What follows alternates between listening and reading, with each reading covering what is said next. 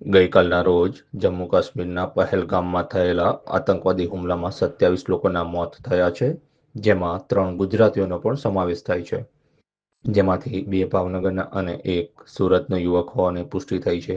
આ નિર્દોષ પ્રવાસીઓના આત્માને પરમ કૃપાળુ પરમાત્મા શાંતિ આપે અને તેઓના પરિવારને આ દુઃખ સહન કરવાની શક્તિ આપે તથા ઈજાગ્રસ્ત નાગરિકોને ઝડપથી રિકવરી આવે તે માટે આજરોજ સ્વામીશ્રીએ સવારની પૂજામાં ભગવાન શ્રી સ્વામિનારાયણના ચરણોમાં ધૂન પ્રાર્થના કરી છે, તેની ઝાંખી અહીં પ્રસ્તુત છે.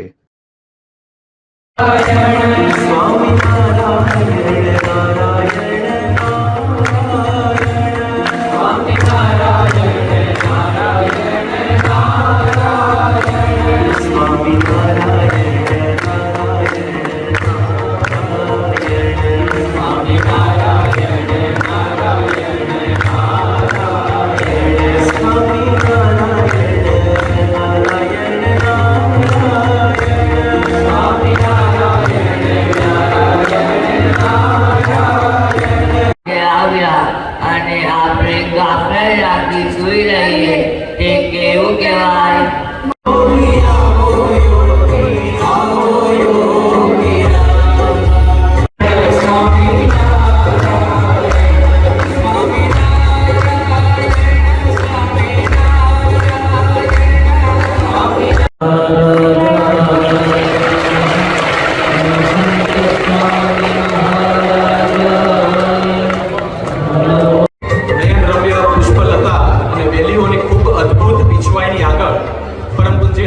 સ્વામી મહારાજના નયન રમ્ય દર્શન આપણને થઈ રહ્યા છે. જોઈએ